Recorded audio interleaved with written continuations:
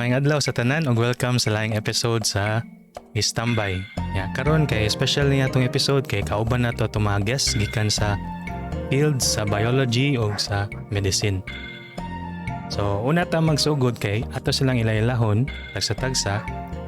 Siguro kung kinsay ganahan ninyo mo volunteer o pailaila sa inyong self, suotin lang inyong name of course. And then ang inyong background or inyong sana kana asa mo affiliated karon kuan lang short description lang sa imong kuan mo nagipang buhat karon. Siguro mag-start ta ni Ako na lang, Sir Sam. Sige, Sir Dex. Ako na lang first. Thank you. Mayong gabi buntag udto kadlawon ninyo. Hello. Ako si Dexem Pantinople, taga Argao. About 4 years na ko nagtudlo sa UP Cebu Department of Biology o Environmental Science. Ako mga natudlo na kay usually mga introduction to biology courses. So naadyo na dira magsugod jud na dira ang kanang evolution nga mga topic, mo touch jud dira ang mga evolution nga topic.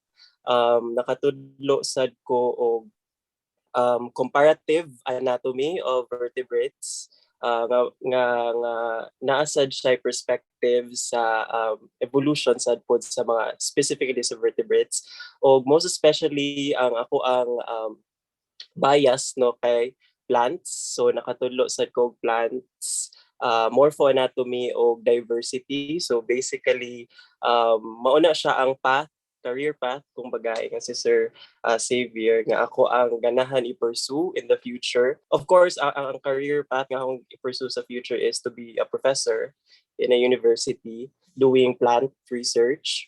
So right now, I will be an incoming grad student on January 2022 to pursue this career path. So mo to siya. Salamat. Okay, salamat Sir Dex. Kanang good luck niya sa imong kuan future pon. Salamat, sir. Padung nagi ka mo larga sa imong PhD. Okay, and then siguro sa next kinsa may ganahan mo share? I'll go on next. Okay, salamat. Okay na ba? Almay. Sige. Go ahead. I'm Almay, known as Almay sa Cebu. I'm from Cebu actually. Then I nag-move na ako to Manila. Back in college, took up UP Biology. So I took up UP Biology as pre-medicine course and took up medicine in St. Luke's Medical Center. After that, after the medicine course, took up surgery residency. Tas kan kay subspec na sa colorectal surgery. So I think mo na. Okay, salamat Doc. Thank you sa imong pag-share. Dugay-dugay na di ka Ayaw ko i-doc. Di dugay na gyud mi wala ka, at least ako dugay ako wala ka balita nimo. Nanaday ka sa Manila. Oo, wala na ako nakabalik. Dugay. Ayan. Hello. Sige, mag-istorya tag daghan karon. Okay, so salamat. Yan, kinsa may ganahan mo share next? I can go. Okay, Kim. Hi. So, Hi, Kim. ako si Kim. Actually, I went to the same high school nila ni Xavier. So, I think I know them maybe a little bit. And then went to the same college. So, I took nag-biology ko sa USC, sa University of San Carlos as a pre-med, and then studied medicine at Cebu Institute of Medicine.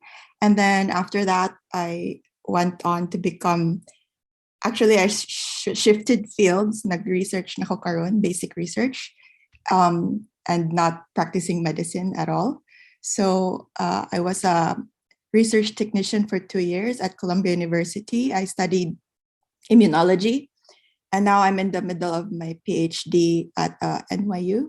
I'm studying cell and molecular biology. So basically, my main interest is how a single cell with the same genetic information can become multiple identities. So that's the question that I'm interested in. So in terms of evolution, I don't think about it a lot, but definitely it's intertwined in all aspects of biology. So hopefully I can contribute something. Yeah, definitely, Kim. Okay. Nagi kay mahatag sa table kay especially when we talk about kanang the cell ng level nga diha man nato makuha I guess ang genetic information which is related to that. Thank you, Kim. And lastly, not the least, Mhm. Sige, so Florence Ivasitas, akong undergrad is on biology sa UP, and then akong master's was sa environmental science studies sa Los Baños, UP Los Baños. And then I got interested sa field sa evolutionary biology because daghan ko na-meet na mga teachers, usually high school teachers, no nga ilang likayan ang topic usually sa evolution sa high school kay they find it difficult nya. Somehow ang daghan pud ang maghuna-huna nga it's in conflict with kanang belief nato no sa kanang sa religion. So na-interest ko unsa nanuman no nga nanong dili man siya kanang kintahay madawat for others.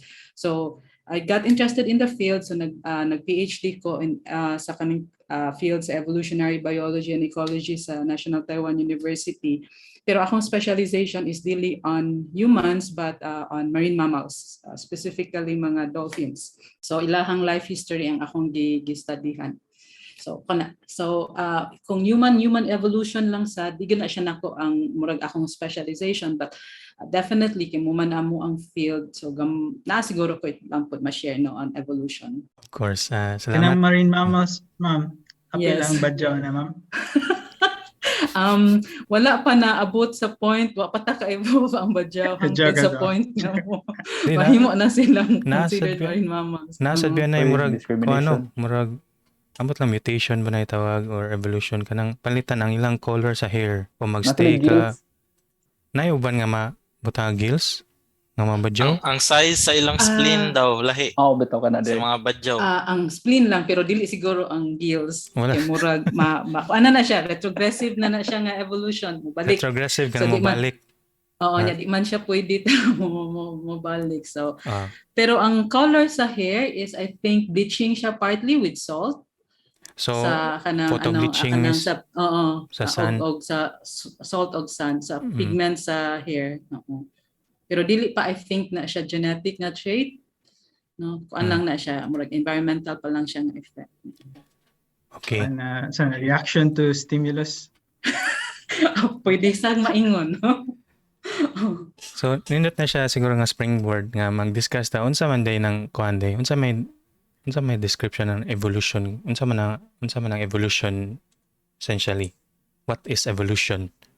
So kung mustorya tag evolution unsa man na nga kung na kay living organism mo change siya to another type niya kano sa mata makingon nga change na siya unya mga unsa mga time scales nga atong unsa may time scales nga involved ani abrupt ba ni siya nga change or may tabo ba niyang evolution for just a few years na observe ba na siya sa mga organisms unsa man ninyo ang take ana unsa man ang evolution.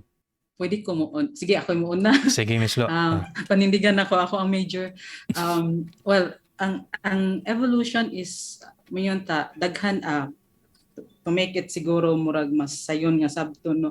Ang evolution kay mo involve siya og relatively no speaking pan siya kanang change sa genetic nga characteristics involved murag sa population nga level, dili siya sa individual. So dili pareho atong gituhuan sa una nga kung mausab ka sa imong sa imong mga features no sa imong pagka-organism baron. Ma-evolve na ka nya tungod kay magamit nimo siya sa imong lifetime, nahimo na ka nga lahi nga organism. So dili siya ana kay kinahanglan man nga naay change sa murag mga frequencies alleles nga nag-make up sa kanang isa ka population. So daghan nga mga individuals, dili lang isa ka organism or dili lang siya isa ka plant, dili lang siya isa ka animal. But daghan no, so kanang gi-consider nato nga population silang daghang individuals nga naggrupo sa isa ka area. So ang change sa allele nga frequency kung karon ma-change siya nya sa next nga generation no kanang mga anak makita na to ang kausaban niya. Sa sunod pag yun, naagihapon ang kausaban, so magpadayon, bali siya. So dili lang siya sa tungod kay nausab siya sa pagpanganak, ang katong mga anak di na pareho sa mga ginikanan, na-evolve na sila. So dili pa na kay pwede man na sila nga mubalik no sa ilahang katong composition sa ilahang genes sa pareho sa ilang mga ginikanan. So kana yung makita na nato nga nausab na siya. Pero kung alleles lang kanang yung tag-alil siguro si Kim no maka-explain further ani kuan siya kanang kung unsa ang mga genetic characteristics nato na nana sila copies no. So ang kanang allele isa na siya ka copy palangitan of kanang isa sa atong genetic nga characteristic na nakuha nato sa atong mga ginikanan. So na isa na gikan sa atong mama, na isa na gikan sa atong papa. So kung mausab na sila sa sunod no ingon nata kana hinahinay siya posible nga padulong sila sa evolution. Pero kung alleles lang ang mausab sa strictly speaking sa evolution nga perspective micro pa na siya kay allelic frequency pa ang na change, dili pa na siya ang makapahimo og lain nga species. So pwede gyud nga naay microevolution nga dili mahimo og lain nga species. So pwedeng mo evolve nga dili siya mahimo nga lain nga species. So katong nahimo na gyud siya nga lain nga species nga tungod na siya kay nabulag sila no nya di na sila kabalik og makahimo og anak nga kanang makapanganak pod mo na ang makadefine na nga nanay lahi nga species niya. Macroevolution na siya nga level. Sige. So kana sa ko Question, Miss. Yeah, so, Sorry. Nanay mo kuan kana threshold kung kano sa ka makasulti nga ni evolve na ang organism, like may percentage baron nga ni change na or unsa or arbitrary ra na. Kung sa katong allelic frequency ba, since si Kim would also like to share on this, kung allelic nga frequency, katong akong giingon, dili siya necessarily nga naa siya value nga atong tan-awon nga mingon ta evolve na siya, but katulang nga di siya mabalik sa previous. So palangitan ng anak, nga ilahang mga anak, tan-awon no ang katong frequencies ali so kwentahon na siya. So kung lahi na siya sa iyang katulang parent nga population bali di pa na siya matawag nato nga nag-evolve na, so tan-aw na sad sa sunod no kung magpadayon na siya nga naay kausaban, then makaingon ta nga na ni go through na sila sa process sa microevolution niya. Daghan man ng agents no kanang makaingon nga mausab na sila. Si Kim na ika share. I can just add. So I think ang pangutana ni JC is how do you determine that one species kay nahimo ng different or ning diverge na from what they originally are. So what defines essentially a species is that two individuals of the same species can produce an offspring that is viable, meaning can produce also their own offspring. So for example, if you mate kadungog na mo ng mga liger. So if you mate a tiger and a lion, they can produce offspring, but that offspring kay sterile. Dili man siya maka-produce igang own children. So that's what defines two species. But if, for example, like different breeds of dog, they can have different characteristics, pero makaproduce gyapon silang viable offspring, that's still the same species. Of course, nanay nang diverge na mga characteristics. In this example, tungod sa artificial selection, ginabreed natong mga humans ang characteristics na we like, but still, it's still the same species. So, like in that process of natural selection, so there has to be a variation in characteristics.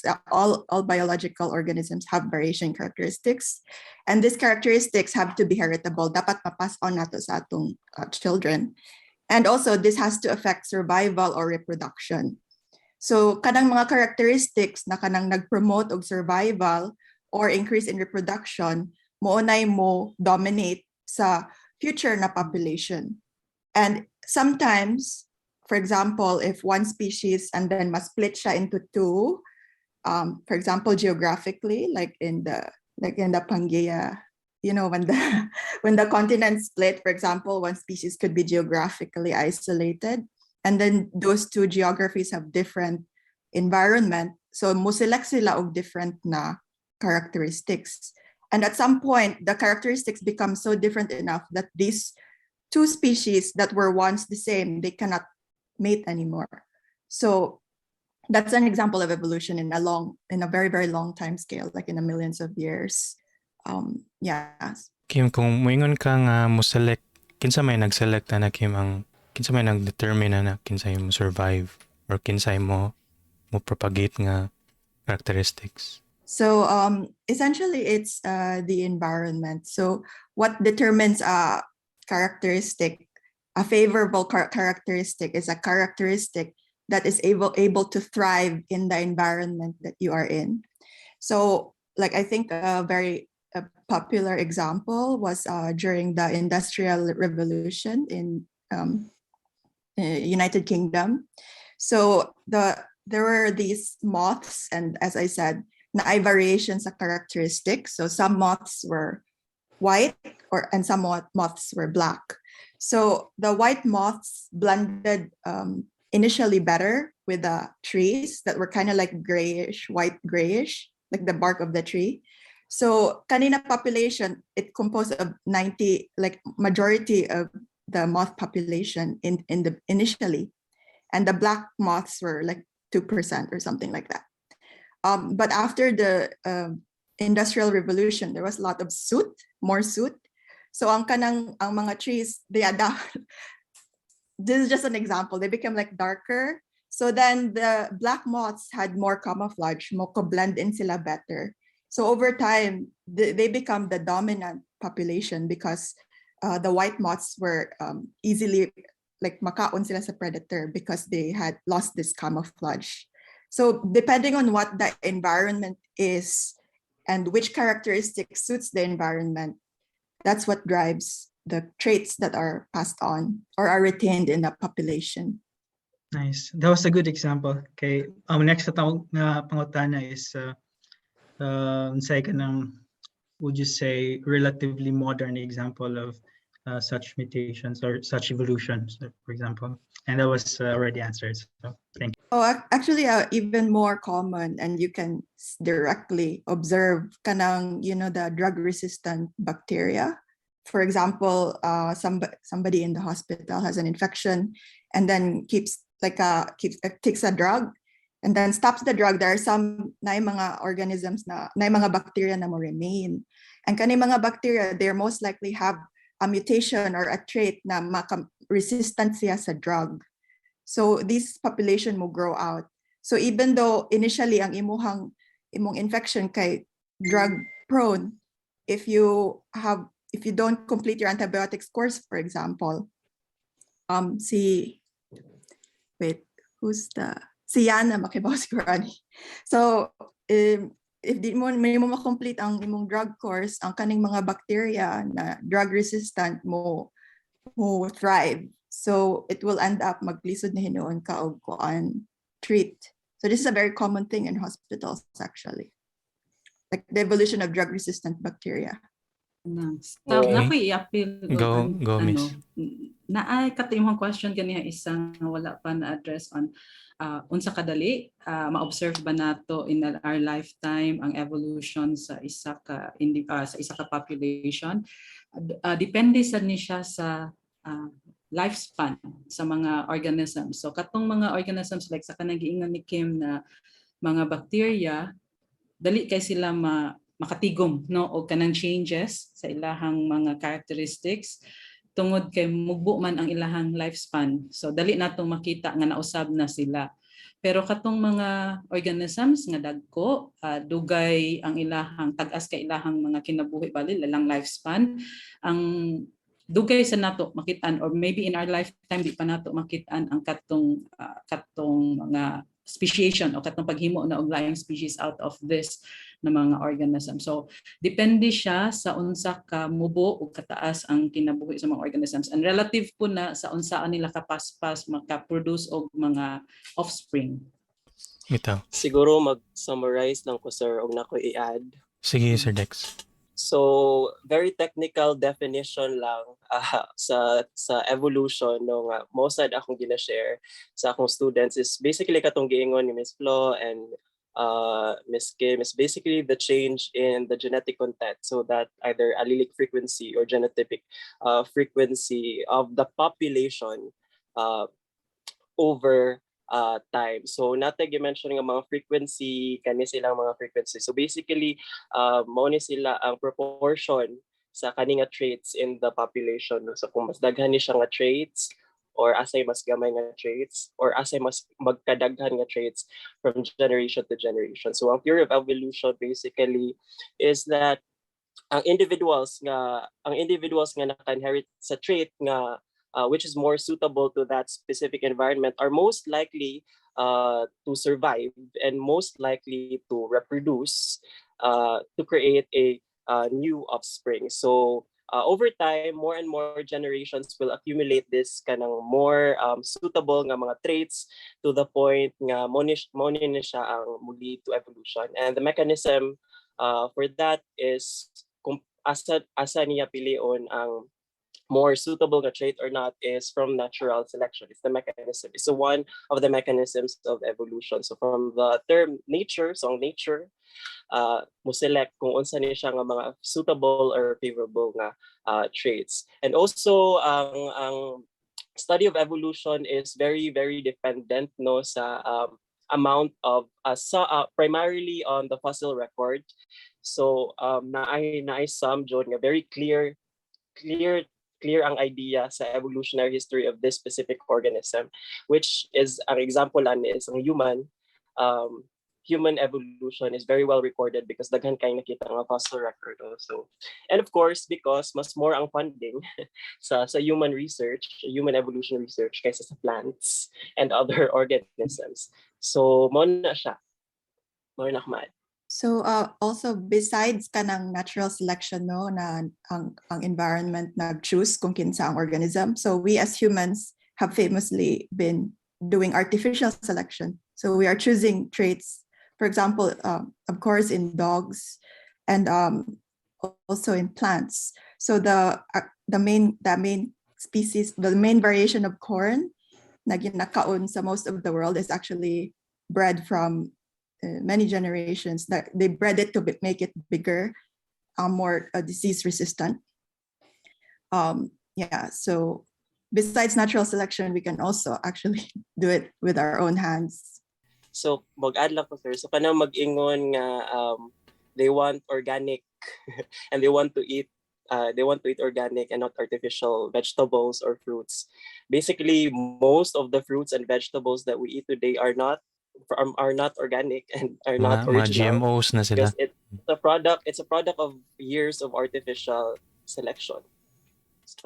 Okay, very well put, Sir Dex, summary. To keep the ball rolling lang. So, ang mag-select sa evolution, ang survive nga species kaya environment. Amot lang kung sakto niya akong pag-frame ni, pero ang adaptation sa organism to the environment kay mas less ang iyang contribution rather than ang randomness lang sa pag-mutate ba. So bali ang evolution is not really nga ang tao kay ni-evolve sa iyang environment niya. Mao na nga mas ni resilient siya kay naka-cope up siya, naka-adapt siya sa environment. But ang mutation mismo randomly nahitabo lang na sa iyang chain of offsprings niya. It just so happens nga katong offspring like katong sa mga black o white moth nga ni favor ang circumstance sa mutation sa black moth or white moth. So siguro ang next na punta kay unsa may connection gyud sa mutation o sa evolution niya kanus man ni mahitabo ang mutation unsa may ka-drive aning mutate ang usa ka characteristic sa usa ka species. Anang so nalang siguro ko'y gamay nga before siguro ma-answer imong question first kay ang idea of mutation dili siya ang mo-produce sa mga characteristics nga may ma-consider nato nga adaptive sa isa ka organism kay mutation in general is considered to be lethal for most of the kanang cases. So although maka-contribute siya og new sets of mga forms of genes no nga kung accumulate siya nga dili siya maka-cause og death sa isa ka organism pwede siyang maka-produce no kay komyunta ang evolution mahitabo siya tungod kay naay namili sa unsay naa so unsa nang naa so these are kanang mga variations no nanong naa may variations kay lahi-lahi ta og genetic nga characteristics. So kani atong pagkalahi-lahi sa genetic characteristics, daghan ang kaingon ana tungod kay sexually reproducing ta nga mga organisms, the process lang nga nag-sexually reproduce ang atong mga ginikanan, whatever organism man ta, naay contribution ana ang mama ug papa nya. Naay certain level of randomness nung makakontribute ana. So dili na siya necessarily mutation. Okay. Ang mutation kay not either mga errors sa pag-copy ani nga mga genes, sumunang usahay makakause siya og death to the extreme no nga effect, makakause siya og death sa isa ka organism or makakause siya og mga maladaptive hinuon nga characteristics. So dili na hinuon siya adaptive nga characteristics. So ang mutation can only produce sa kanang bag-o nga evolutionary nga concepts.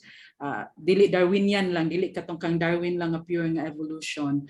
Kanang ang mutation can contribute to the raw material kanang pag-produce og mga genetic variations, pero dili siya ang makaingon nga ano kanang naay evolution.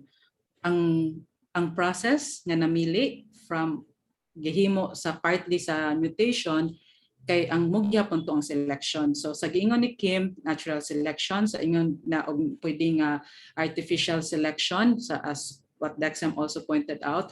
But daghan klase nga mga selections no, dili lang na kay tungod lang ang environment or ang tawo, even ang pagpamili nato og ato ang mate no or ang organisms, pagpamili nila kinsa ilang ika-reproduce, dili man na siya random nga process naman ang taga-organism o maski kita no, kamo nga nanay mga family siguro, ang inyong pagpili sa inyong asawa or bana based on certain characteristics na may preferred na characteristics. Kani siya is a process of selection. So kaning preference sa mga tagsa-tagsa nga naatay gipamili nga mga kanang mga characteristics no. Destiny. Nagyo na parallelism. Oo, di na siya destiny lang ano lang no. Nagyo kay gipili. So makita nato ang pagpamili nato og mga kanang gitawag nato type no sa ato ang mga pares are also parallel sa mga choices pod nga gihimo sa mga animals kung naa lang sila choice. So kanang kinsa man tong mga maayong characteristics para mo ensure nga makapanganak ko ang akong anak nindot og mga traits nga mabuhi sad sila nga ilang anak makapanganak sad. So so kaning choices nga atong gihimo are also selecting no the best characteristics tungod nya mo ni ang mapasa sa atong mga anak. Gawas sa kanang process of selection, natural man, sexual selection, artificial nga selection, napay mga group selections nga gingon nato, ang randomness no, ang kanang naagi mga events nga random lang nga maka-contribute sad sila sa evolution. Ang isa ana kana lang yung wala lang gyud, dili tungod kay dili siya adapted no, dili tungod kay wa siya nindot nga characteristics. Example lang gyud, it just so happen nilabang ang snake sa dalan na timing ani niagi ang sakyanan, naligsan siya. So kana sila mga random ni nga events nga makapatangtang sad atong iyahang genetic characteristics sa population. So naay mga inani nga mahitabo. So dili lang siya katong duha. So sige, balik na ta sa imong pangutana sa ni taas Pero na before na misod, dili ang process of ang kana lang replication or kanang pag-mixing sad mo ra gyud na enough na gyud siya. Dili bali ang mutation kay unsa man na siya drastic kay na siya nga change sa imong kon or naay error gyud or dili pud tanan nga mutation drastic, napoy gradual na mga I mean kon so substantial substantial nga difference unsa may kana sa ka makaingon nga ang error na siya brought about sa kuan lang sa pag-mix lang sa mga genes sa parents or sa pag-replicate sa DNA pag-copy sa DNA, pag-replicate sa pwede sa synthesis niya nga part. Siguro si Kim can also share more on this. Di na ko linya ang molecular sad gyud nga bio, but kana siya so naay mga diha mahitabo no, kana siya nya pwede sad nga naay mga cause of factors may mga factors na contribute sa iya like exposure to X-ray, mga substances, chemicals no nga pwedeng makakause sa kanang errors, even exposure to sunlight uban makakause og mutation. So cancer is a form of mutation man sad. So muna sila ang mga types of mutation nga lethal no, makapatay. So kung mamatay ang organism na nag-carry ani nga genes, dili niya ma-pass on. So dili siya mahatag sa next nga generation. So dili siya maka-contribute atong giingon ganiha nga change in allele frequency sa population. Kaya namatay naman ang individual, wala pa siya kapanganak or wala siya nakapasa sa kato nga characteristic. So muni ang mga mutations nga dili mo lead to pagpahimo og bag-o nga characteristics kay mamatay ang nag-carry sa ilaha. Yeah, so I Okay. can add a little bit. Okay. So mutation, typically ang kanang random variation from humans, as what has been said, kay gikan sa kanang sexual reproduction, wherein there is mixing between two individuals, and then mo inherit ang children one allele or one copy of each gene from each of the parents. But also naapoy ka ng mo arise every now and then mutation. So when i-copy ang sa cell ang kanang genes, kay there is very high fidelity, meaning error rate is extremely small, 1 in like 10 billion, something like that.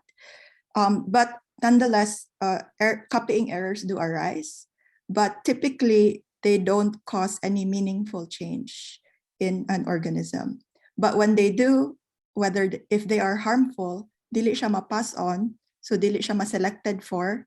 But when they are beneficial, they become dominant over time. But typically, it usually doesn't affect, because for example, kanang nag-code na DNA na mohimo og protein, sometimes ang kana na change, dili siya maka-affect sa unsa ang protein. But sometimes if it does, if the mutation occurs in a specific place or a crucial place, then it could affect the protein, which could affect the individual as a multicellular organism. Like, so for example, kanang X-rays, like ionizing radiation or chemicals that can cause mutation in a human.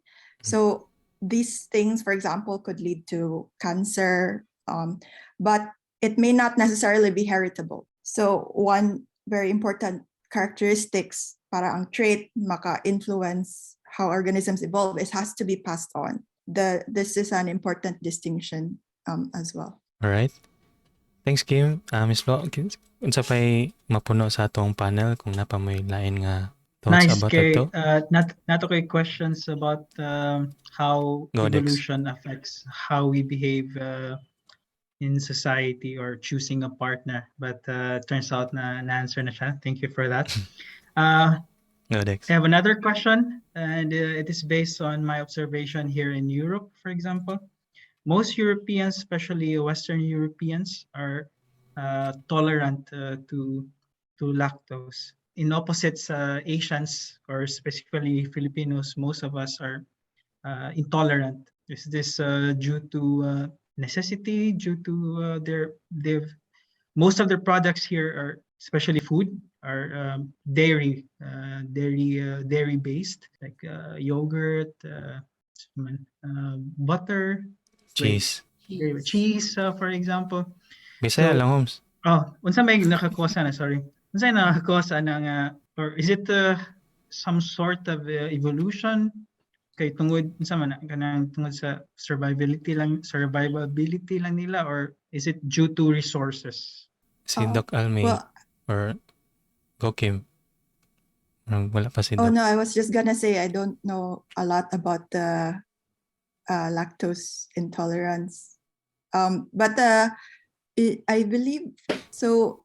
I heard this story online na katang si Genghis Khan, diba, he created like this really big empire, and part of the reason daw he was so successful kay tungod daw ang kaning iyahang line or this population evolved to be tolerant to eating milk, to drinking milk. So they persisted nutritionally on milk from their like horse or something like that. That's why daw successful list nindot daw ang pagkanang nakakuha jud siya sa iyahang empire, something like that. So I don't think it's like they were able to utilize the milk Strong that bones. they got. Strong bones. Strong bones. Yeah, Due to but calcium. but I don't know about the European versus Asian lactose intolerance. There may be some dili ko kind na of to, as nutritional example na to siya. selection. Oh, Pero most Western Europeans are lactose tolerant. Well, at least in my observation, for us Filipinos, I think kay intolerant ta sa lactose. So mo ta kung gipangutan if it's. But that's nitong story. And mo make sense nga daog sila kay maskus ka nilang. Kasi ganang tuhod, ang bukog. Any other kuan? Thank you. Take on that? Ikaw, dili di ka kakuan, Holmes, kakunsyo mo gatas kayo. Ako siya man pero na mga immediate consequences. Okay. Na, dili na to ikuan ron. Kailangan to i-disclose Ah. for specific reasons. Kanang to follow up lang ni ba kanang about mutation niya. Kaya nakaisgot man ka about humans man na Holmes Dex. Kanang about kanang lactose intolerance or tolerance. Tanaw ninyo unsa may kuan kay based ni sa pangutana sa atong usa ka listener og sa atong kuan Facebook nga actually kani nga conversation kay driven po ni atong nga question nga unsa kunoy curious siya nga unsa kunoy kanang next nga mutation sa humans mutation or siguro next nga evolved form po siguro sa humans kung pwede man gani ko makaingon na like gikan ta sa kibaw naman ta naka-learn na ko ron nga lahi ng mutation nya lahi ng evolution gyud nya ang usa ka question kay unsa may next nga mutation ka nga may tabo or unsa may mga common nga mutations nga tabo ron sa human nga population nya ikaduha kay unsa kay next stage sa evolution sa humans gikan ta sa kanang Homo erectus nya nimo tang Homo sapiens ang atong species nya unsa kay next nga mo branch out ang atong human species ba kung na may opinion about an or idea kanang Doc Almi basig na kay comment niya atong sa about sa lactose intolerance ang difference niya. What about lactose intolerance? Bang anong Go people Dex. na lactose intolerance? Yes, kana yan. I think it's nakalimot na ko actually. Murag naa sa pre-med or med pa na nako. Pero I think it's because of a certain wala kay kang lactase na enzyme nga I'm not sure if like genetics or something pero you lack the certain lactase enzyme maong instead of you digesting the lactose then when you take it di ba instead na ma-absorb nimo mahimong poops ang nahitabo is your body can't absorb the lactose, can't process it maong magtae ka inana and everything. So murag example the way na example kung makakaon kag daghan nga mantika or something di ba usay kay na may uban nga karang kung magtae ka na example mga Korean food may nanagod nga dali ra kay ka magpupo tapos after ana kay ngano medyo oily inana so yun Okay so yeah pero I think there are medications or nga ma-take nimo for to para ma-enjoy nimo pero I'm not sure if na available like sa pharmacy but I think naa. Okay so does that mean nga kung kanang mga lactose free nga mga di ba na may milk sad nga ibutan nila lactose free sa akong nasabtan kay na sila gi-add nga lactase or sa may I'm not actually sure about that. Oh, but I also have friends who are lactose intolerant. Sad one good.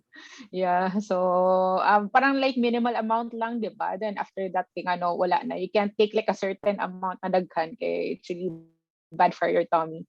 Pero I think mga alternatives sad mga lactose-free, mga plant-based milk. That's Tinood na mga alternatives like soya milk, for example, for not as og layo ra siya sa taste actually sa common milk, especially if you mix it with coffee, may nana.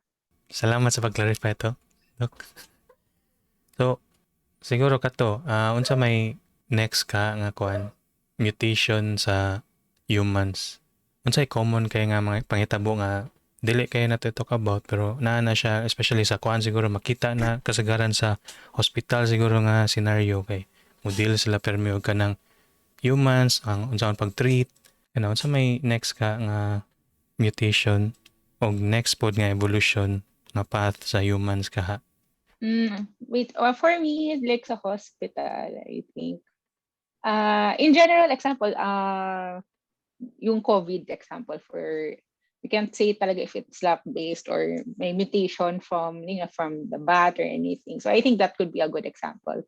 But what's really good is because of medicine and everything, people and advances, people are really able to adapt, not really adapt, but generate what do you call that? Parang mga medications or like right now vaccines to target, and also are parang dali ra siya makabuhat ra ron because of the advances of medicine. So I think we're in the right track in a way. So that's a really interesting question. So how will humans speciate is your question, right? Yeah. Yeah, I think nobody knows. Maybe yeah. maybe 5 billion years from now, there won't be Homo sapiens. We would have gone extinct or evolved into something totally different. It would be interesting to see. Yeah, but as to But not for us mutations, to see, no. Unfortunately. Not in our lifetime. Not. Not in our lifetime pa So siguro. go on, Kim. I Sorry. sometimes wonder that actually. I don't know what would we become, what would happen. But we are like, I feel like our technology is progressing so fast. Like, so as for the mutations, it happens all the time. I think so in biomedical science, people are typically more interested in mutations that cause diseases that don't necessarily like, kill immediately, but cause, discomfort in patients, and you want to find ways to treat it. So people are finding new mutations all the time, and specifically as they relate to human health and disease. And because we're medically advancing, I think a lot of those mutations that would have been selected out, we are actually carrying them because we find ways to treat them or make patients like these survive longer, for example. But as to the mutations that will make us different, there's no telling, I think, because it has to be probably for a very long period of time. What I would like to share though is this technology called, have you heard of CRISPR-Cas9? So so essentially, this is like a system where you can edit genes of any organism. So in theory, we could actually edit genes in humans. So, but this is actually illegal in the US specifically. So, but we do have that technology. For example, if we want a specific trait, if we want to cause a certain mutation, this is something that we can actually do. We do it in a single cell embryo and then let that embryo grow up. But in basic research, you're not allowed to keep a human embryo for more than a week. This is illegal. I think in some other places, maybe China, they're more permissive. Naiuban nga scientist nga murag nakabuhat og experiments ato, pero illegal siya in the sense nga ma-apply siya sa humans, pero sa other nga organisms kay murag mao na diha na na-discover, di ba nga kwan, Kim? Yeah, exactly. So for example, there is like a protein called GFP. It's green. It's naturally present in jellyfish, some jellyfish. So it makes them glow green, and you can actually knock in this green protein into a mouse, for example, and this makes the mouse glow green. So this has been actually done. So in theory, Kim, sorry Kim for interrupting. Is this the same GFP kanang sa used for staining? Yeah, exactly. It has a wide application. Sorry. Okay. For green wavelength gamit. Yeah. Green glow. Yeah. So I think I feel like it's a bit dangerous also. So you guys, we essentially have the power to control the traits, even in a more more detailed, more in-depth and involved way. So I think it's pretty cool. But like it's interesting what would happen to humans with regards to evolution and interacting with our technology, because we are selecting even more artificially now. So you could do those things in plants and in animals, in dogs, fish.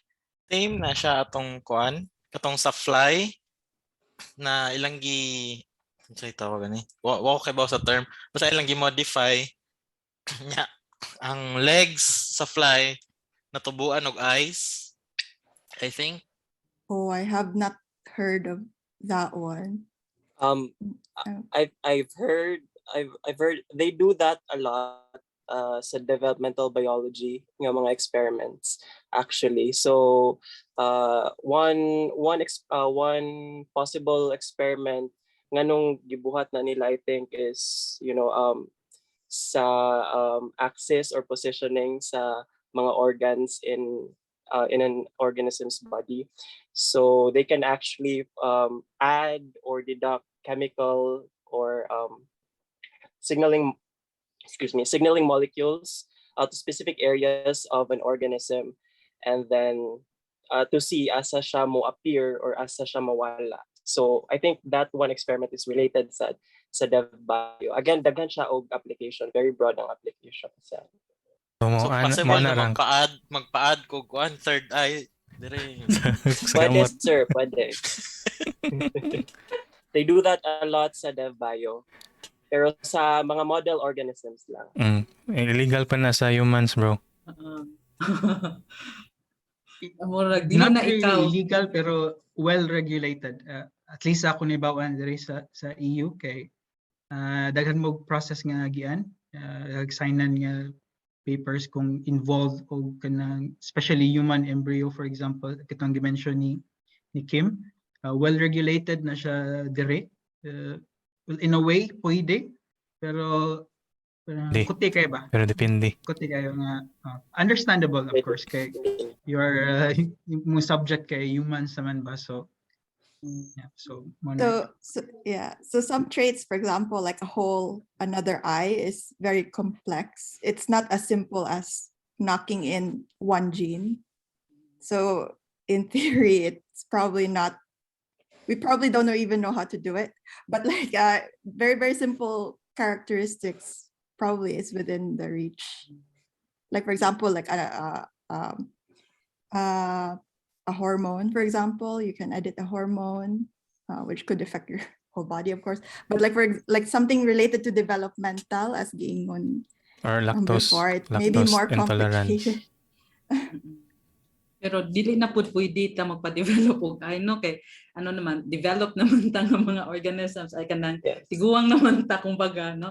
Pwede lang ta pwede mang tap ana or mag-manipulate sa kanang mga pathways sa development kung embryonic pa nga state. Pero once na set na ang fate sa mga cells, di na siya dali nga mausab na sad. So kanang inani nga set na ato ang mga body structures, di na ta makapahimo og lain pa nga structure nga wala na sa ato ang dili na appeal sa katong developmental pathways sa mga cells nato. Nadi ko i-add kabahin dito atong giingon niyan ganiha sa yan about COVID and kay ano man gud isa sa mga interesting ba yang applications of the concept sa evolution kay naa sa medicine. So grabe kaayo ang kanang application sa Darwinian sa ni evolution sa medicine o pag-develop og mga cures. Even ang process no sa katong event sa COVID, we could actually consider COVID as katong pandemic as a selective nga force nga siya ang namili among sa mga tawo kinsa tong naay mga characteristics nga mo allow nila og survive in spite or despite sa infection sa virus. So katong mga naka-survive, pwede nato silang ma-consider as adapted no to the infection sa virus, so wala sila namatay. So definitely kung sila makapanganak and if they have katong mga characteristics or traits no na sila immunity to the virus, pwede kung genetic man to siya nga characteristic dili siya tambal, pwede to nilang ma-pass on. So kung ilahang mga anak pwede sad nga mahimo sila nga immune to the same virus, pero kung once mas dali mang mutate ang virus kay kanato, so pwede nga naulahita sa ato ang mutation, nauna si virus, so pila naka-strain sa virus ang ni-mutate, tungod kaya katong gingon gani hamubo ang lifetime sa virus, kita wala pa, so ulahita kanang gitawag natog evolutionary nga arms race no. So naglumba ang pathogen or ang virus against sa evolution sa iyahang host sad. So kinsay mauna mo'y maka murag sila ang murag lamang no sa kanang contest sa kinsay unahay evolve. So pwede siya pwede na to ma-consider as an example of kanang selective nga force acting on humans nya kinsa tong nabilin mo na favor or selected for. Dagan gyud tay na learn every time mo speak ato mga guests, no. Kanang na-mention man to ang green nga color niya. Kana about plants ba? Siguro ang ato ang resident botanist maka-elaborate ani unsa may ang plants kay have been here for quite a very long time na, even before ang mga organisms ni ari sa land. So unsa may role sa plants sa pag-drive sa evolution sa other organisms? Sige daw, Sir Dex. Dako ang role, sir. Sige daw, Sir Dex. Isibya na sa tanan, Sir Dex.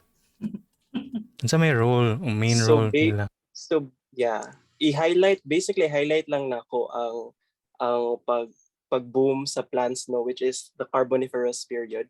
So kato nga Carboniferous nga kato nga time gitawag siyang Carboniferous because of primarily daghan siyang plants as a source of carbon. And kani siya nga mga plants are mostly trees. So dagko siya nga carrier or containers of carbon. So most of siyang gitawag Carboniferous. So kani nga time daghan kay ni siya og plants and trees nga nitabo. And plants are actually not just background, no, sa mga animals that most people love, but actually ang mga plants, especially trees, really drive some, if not most, of the evolution of the early nga mga organisms, no.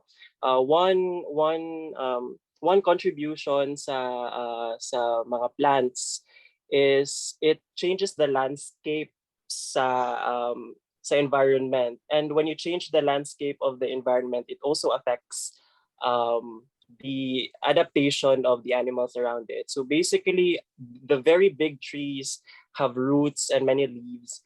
And kani siya nga very big roots also changes the hydrology sa environment ato nga period. So motong ni appear ang mga rivers and streams and marshes, and tungod sad sa mga daghang plants, daghan sad kayo siyang na-create nga mga rainforest, no. And the rainforests have their own weather system because of the very vast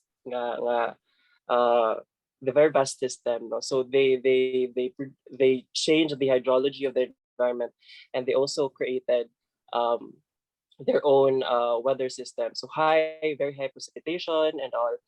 So ang main contribution sa there is kanabitang mga leaves nga mo fall down from the trees ato nga time actually affected the evolution of some aquatic nga mga animals, because pagtagak ato nga mga leaves, it also changes the nutrient content of the water or the body of water in which that animal lives. So partly because of that contribution sa plants, no, na change sad ang adaptation, and partly ni evolve sad to siya nga organism. So that's one contribution sa mga plants.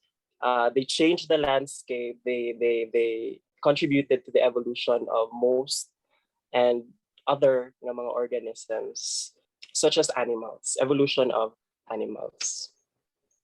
Ito siya. So dili gyud siya kanang ang animals ni evolve diri, ang plants ni evolve diri, but more on intertwined sila. Siguro ang animals pod themselves kay naka-affect pod sa plants which have evolved pod from themselves pod nga evolve pod sila. Yes, sir. So mo na siya ang gitawag sa nato nga co-evolution, no, and very successful ang mga flowering plants ani. So ang mga flower plants, they evolve sila og flowers to attract insects such as like bees, to spread their pollen and to disperse their seeds.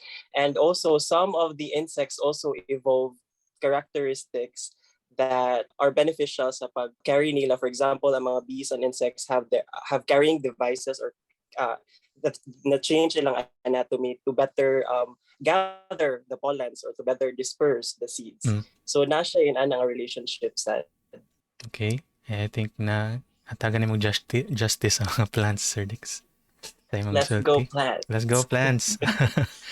So, na kinsa pa man sa ato ang kinsa pa ninyo na ika-add to or Pwede ko mo add, sir, Sige, sa sige, Miss Flo. katong sa giingon ni Daxam ba mga katong benefits nga ilahang sa ato makita no sa mga insects with the flowering plants. Kung ato sa siyang tan-aw daghan kay mga klaseng interactions no ang mahitabo between sa animals ug sa plants. So, pareho sa giingon ni Daxam gani isa sa mga driving forces no nga nanong ni-evolve ang mga animals from aquatic nga habitat padulong sila sa terrestrial kay naa sila'y makaon. Kay kung wala pa lang sila'y makaon, di gid sila mobalhin no kay di sila mabuhi sa terrestrial nga ano. So ang nagsugod gyud ana og himo nga pwedeng silang mamalhin kay naa sila'y pwedeng makaon. So ang mga plants ang isa sa mga nagsugod og pabalhin no murag nakabira sa mga animals padulong sila sa terrestrial nga part. So tungod kay gikaon sila sa mga animals, ang mga plants imong giingon sa naa sila interaction sa mga animals. So pare sa giingon sa ni Daxam naay co-evolution. So dili lang tungod kay pud isa akong ipuno sa giingon ni Daxam ganiha, tungod kay gikaon sila ang mga tanom gusto silang mabuhi no sad nga di sila mahurot nga kaunon lang sila sa mga animals. So ang katusan nga mga plants nga naay mga defenses so matawag nato pwede chemical, pwede kanang physical nga characteristics nila, mga tunok sa tanom, mga buhok-buhokon nila nga characteristics. So kani sad ilahang muy kung naa sila ani nga di sila makaon kay either di sila lami or sakit sila kaunon para sa mga animals, muni nakapasurvive nila. So muni ilahang mga adaptations nga pwede nilang mapasa sa ilang mga anak o sa ilang mga offspring kung baga. So inana, so kinsa tong mga plants nga kaya pud no maglumba sad sila nga para di pud sila kaunon sa mga animals. Ang mga animals pud magsige pud sila pangita sa ilahang mapili sa itong mga characteristics nila nga kaya pud nilang i-overcome itong mga defenses sa mga plants. So kaning tagbo nin always pud ang mga tanom ug mga animals sa nga characteristics. So isa na. So gawa sa kanaan daghang klase nga mga interactions atong makita niya. Permi gyud nang naay murag kakuyog nga evolution sa mga tanom ug animals. Yeah, nindot kini ma-observe nato sa kuano sa nature ba nga naingani nga interaction niya. Is maka-infer ta like for example makita ta nga naay animal nga mukaog tunok para makaon sa plant nya naay plant nga mas mutaas ang tubo nya sa tungod sad sa kuan sa evidence kanang sa fossil record maka-trace pud ta ni hantod sa kina far past ba nga indeed kani nga relationship kay ongoing ni siya nga interaction between sa plants ug sa animals.